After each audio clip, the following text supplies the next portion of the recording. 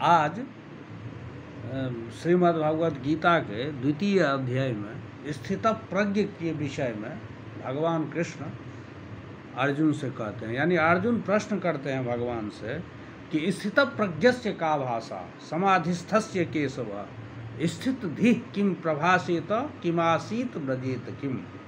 यानी प्रश्न करते हैं अर्जुन कि स्थित प्रज्ञ जो होते हैं, स्थित बुद्धि वाले की का भाषा, माने वो कैसे बोलते हैं स्थित प्रज्ञ से का भाषा, समाधिस्थ से केशव, माने समाधिस्थ जो स्थित प्रज्ञ होता है, जो समाधि में स्थिर होता है। समाधिस्थ मीन्स समाधौ तिष्ठतीति समाधिस्थ, माने समाधि में रहने वाला जो स्थित प्रज्ञ होता है, स्थित बुद्धि, उसकी भाषा क्या होती है।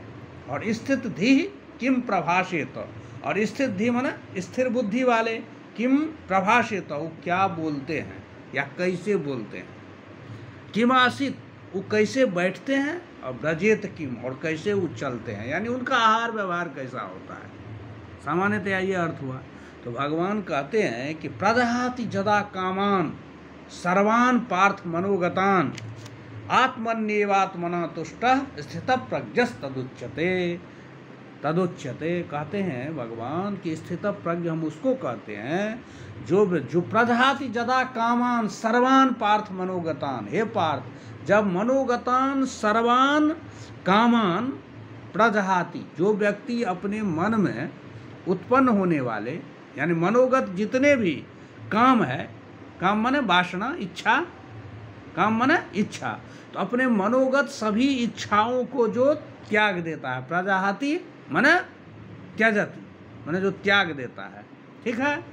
और आत्मन्येवात्मना तुष्टः, जो अपने आप में संतुष्ट रहता है, उसको संतुष्ट रखने के लिए बाहरी कोई वस्तु की आवश्यकता न हो, तो स्थित प्रज्ञस्तदुच्यते, उसी को हम स्थित प्रज्ञ कहते हैं। स्थित प्रज्ञ होने के लिए क्या करना पड़ता है, तो मनोगत जो भी इच्छाएं हैं, वासना है, उसको त्याग देता है वो, ठीक है। और आत्मन्येवात्मना तुष्टा, वो अपने आप में संतुष्ट रहता है, माने उसको संतुष्ट होने के लिए बाहरी कोई किसी भी वस्तु पदार्थ की आवश्यकता नहीं होती है। समझ रहे हैं बात को, उसको हम स्थित प्रज्ञ कहते हैं। और कैसे हैं, तो दुखेषु अनुद्विग्न मना। सामान्य तौर पर होता क्या है कि हम लोग के पास जब दुख आता है, सुख दुख तो आएगा ही, तो जब दुख आता है तो लोग क्या होता है, उद्विग्न हो जाता है, दुखी हो जाता है। और सुख में क्या हो जाता है, तो सुख में आसक्त हो जाता है, किसी प्रकार के सुख जो है हमको आते रहे। तो कहते हैं वो स्थित प्रज्ञ लोग ऐसा नहीं होता है। कैसे होते हैं, तो दुखेषु अनुद्विग्न मनः, दुख में वो उद्विग्न नहीं होता है, अनुद्विग्न मन वाला होता है।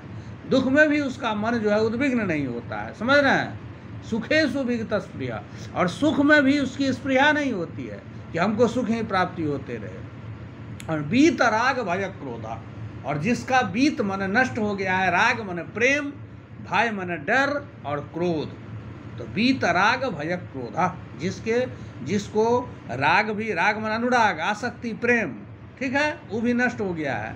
और भय माने डर भी, और क्रोध माने क्रोध भी, ये तीनों जिसको समाप्त हो गया है, स्थित धीर मुनि रुच्यते, उसको हम क्या कहते हैं, स्थित धी मुनि, माने उसको स्थिर बुद्धि वाले मुनि, उसी को हम कहते हैं। समझ गया।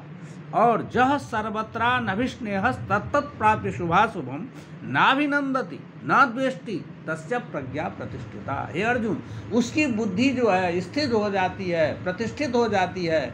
जो व्यक्ति सर्वत्र, जह सर्वत्रा नभिस्नेह तत्तत् प्राप्य शुभाशुभम, जो संसार में शुभ और अशुभ को प्राप्त करता है, हर एक मानव शुभ और अशुभ को प्राप्त करता है, शुभ अशुभ मन अनुकूल और प्रतिकूल पदार्थ, उसको प्राप्त करके नाभिनंदति, न तो शुभ को प्राप्त करने पर उसका अभिनंदन वो करता है, यानी उसको न स्वागत करता है, न अभिनंदन करता है, और दुख को देख करके या प्रतिकूल वस्तु को देख करके न द्वेष्टि, न उससे वो द्वेष करता है, माने सुख या शुभ वस्तु को देखकर अभिनंदन भी नहीं करता है, और जो दुख को देख करके उससे द्वेष भी नहीं करता है, ठीक है। तो तस्य प्रज्ञा प्रतिष्ठिता, तो समझना चाहिए कि उसकी बुद्धि जो है प्रतिष्ठित हो गई है, माने वह स्थित धी हो गया, माने समाधिस्थ हो गया। और जदा संहर्ते चायम कुर्वोंगानी विशर्वशा इंद्रियार्थेभ्यस तस्य प्रज्ञा प्रतिष्ठिता। अब कहते हैं कि हे अर्जुन, जैसे कुर्मः, कुर्मः माने कूर्म माने वो क्या कहते हैं, कछुआ। तो कूर्मो अंगानी सर्वसा, जैसे कूर्म जो है जब अपना अंग को फैलाया रहता है और यदि उसको तुम मारो या उसको आभास हो जाए कि हमको कोई मारने वाला है तो सभी अंग को समेट लेता है। तो उसी प्रकार कूर्मो अंगानी सर्वसा, कूर्म जैसे अपने अंगों को सभी तरफ से कर लेता है एक जगह एकत्रित, उसी प्रकार जो व्यक्ति इंद्रियानी, अपने इंद्रियों को एकत्र कर लेता है, अधीन कर लेता है, किस चीज़ से, तो इंद्रियार्थेभ्य, इंद्रिय का जो अर्थ है उससे अपने इंद्रियों को जो समेट लेता है। तो अब इंद्रिय क्या है, इंद्रिय का अर्थ क्या है, तो जैसे उदाहरणार्थ आँख हुआ इंद्रिय, नेत्रेंद्रिय। आँख का अर्थ हुआ क्या, इंद्रियार्थ क्या हुआ, तो वस्तु, दृश्य वस्तु, देखने वाला वस्तु जो हुआ वो इंद्रिय का विषय हो गया, इंद्रियार्थ हो गया, इंद्रिय नेत्र हुआ। जिह्वा हुआ इंद्रिय, और इसका अर्थ क्या हुआ, तो जिह्वा के द्वारा हम जो रसास्वाद करते हैं, तो वो इंद्रिय, वो समाधि जो योगी होता है वो क्या करता है, तो संपूर्ण इंद्रियों को अब इंद्रियार्थों से क्या करता है, हटा लेता है। ठीक है, उसी प्रकार जैसे कूर्म जो है अपने अंग को समेट लेता है। तो ऐसे व्यक्ति जब होता है तस्य प्रज्ञा प्रतिष्ठिता, तो उसको समझना चाहिए कि उसकी बुद्धि प्रतिष्ठित है। यानी कहने का आशा है कि हमारा कान जो है वो इंद्रिय है और अभी गीत चल रहा है, उसको चल रहा है लेकिन हमारा कान उसके उस विषय को नहीं स्वीकार कर रहा है, ये अपने आप बज रहा है अपने में ही लग्न है।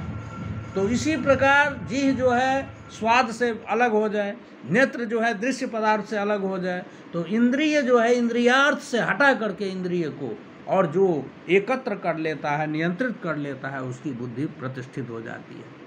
उसके बाद क्या होता था, विषया विनिवर्तन्ते निराहारस्य देहिना रसवर्जम रसोप्यस्य परम दृष्ट्वा निवर्तते। अब इस प्रकार से उका स्थित प्रज्ञ होता है। लेकिन अब ये कहते हैं इसमें भी, तो इस प्रकार से स्थित प्रज्ञ जो होता है, समाधिस्थ जो व्यक्ति होता है, उसके विषय में कहे कि ये ऐसे होते हैं जो सुख दुख के समय कृत्वा लाभा लाभो जयो जया जयो, वो सुख दुख में समान भाव से रहता है, जय और पराजय में समान भाव से रहता है। मानापमान यो तुल्यम तुल्यम मित्राणि पक्षयो, मान और अपमान में समान रहता है, मित्र और शत्रु के पक्ष में भी समान रहता है। जैसे मान होने पर में, सम्मान होने पर में भी खुशी नहीं होना और अपमान होने पर में भी दुखी ना होना। सुख दुख के समय कृत्वा, सुख दुख में समान भाव रखना, लाभ और अलाभ माने हानि दोनों में समान भाव रखना।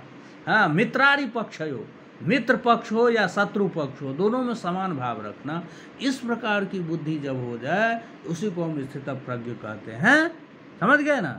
तो इस प्रकार से यहाँ स्थित प्रज्ञ के विषय में कहा गया है। आज यहीं तक रहेगा।